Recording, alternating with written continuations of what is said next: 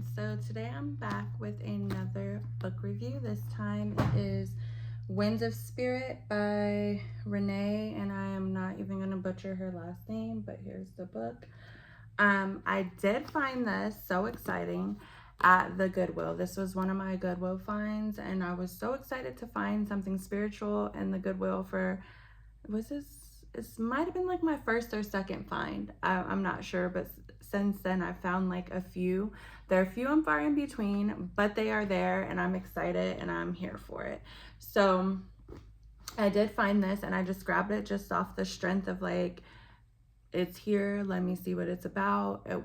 I can't remember the price of it, but it was just like, $5 or less. It's the Goodwill, so the books are not too expensive. But I loved it. I'm like knocking myself out. I really, really loved and enjoyed reading this book.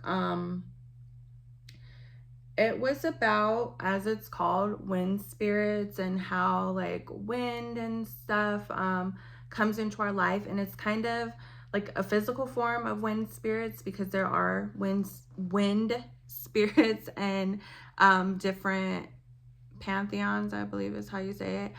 But also just like the wind and the chaos that's inside of us, and I love that, like metaphorically, like how when we are having like a storm or whatever inside of us, like our emotions are like in a tornado or a whirlwind or a downpour or sunshine or whatever, like that type of thing. I loved that metaphor and thinking of it like that. And so it was just something really great for me. And there's like so many, like, I had quite a few little gems and nuggets in here. I didn't highlight too much, but I did highlight just enough in here that I'm like, okay, these are some things that I can come back to.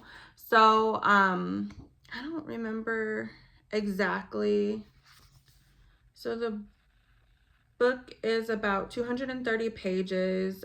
She breaks it down into 4 parts, it looks like. Yeah, 4 parts.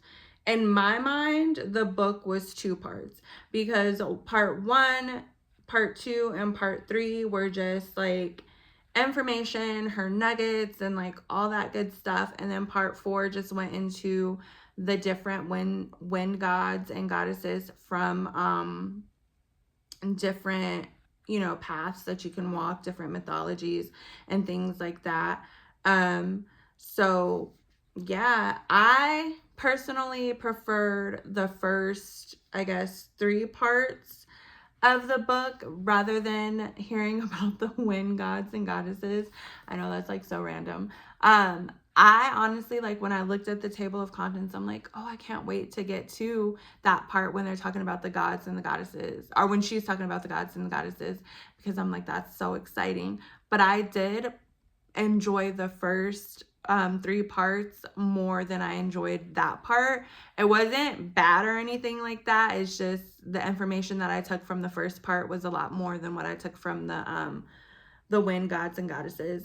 And I think that's just maybe because the path that I'm on, like, she's saying that you can work with any of the gods and goddesses, I guess, that are mentioned in this book, and that they're just for different things and stuff like that, is how I took it. I'm not 100% sure if that's what she meant, but I like to just stay with what I know. I don't like to I like to learn about other gods and goddesses and stuff like that because I think it's cool, just to learn all these things, and then too how they like kind of like correlate across the past and stuff like that. But I like to stay where I know. And then too, I know like in there she mentioned Oya, and like you can't, as far as I know, you can't just like work with any orishas, especially if you're not either, like, most people say it's closed to like African Americans, or not African Americans, but people of like African descent. And then I've heard unless you're like called, and knowing when you're called versus when you just want to do something, yeah, some people feel like they're called, but they just want to do it. So I don't know. I don't like tampering with stuff. And then so since that wasn't like said in the book or whatever, or hinted to or anything like that in the book, I don't know about these other like cultures and stuff, like what's off limits and what's not. So if you were to read a book like this, you definitely have to do your research to make sure that it's okay that you are calling out to these spirits and stuff, and just making sure that everything's okay with that. But I would recommend to read this if you are wanting to know more about spirit gods, and just get little nuggets and stuff. It's not like a must read, but if you like reading and stuff like that, it is a pretty good read. It was just really easy to follow, really simple, and straight to the point, and I loved it. She gave like a little bit of background and stories and stuff for herself, and I think different like other people that she knew in her life and stuff like that. So that's always really interesting to hear, like people's stories and where they come from and where they're at. I always find that interesting.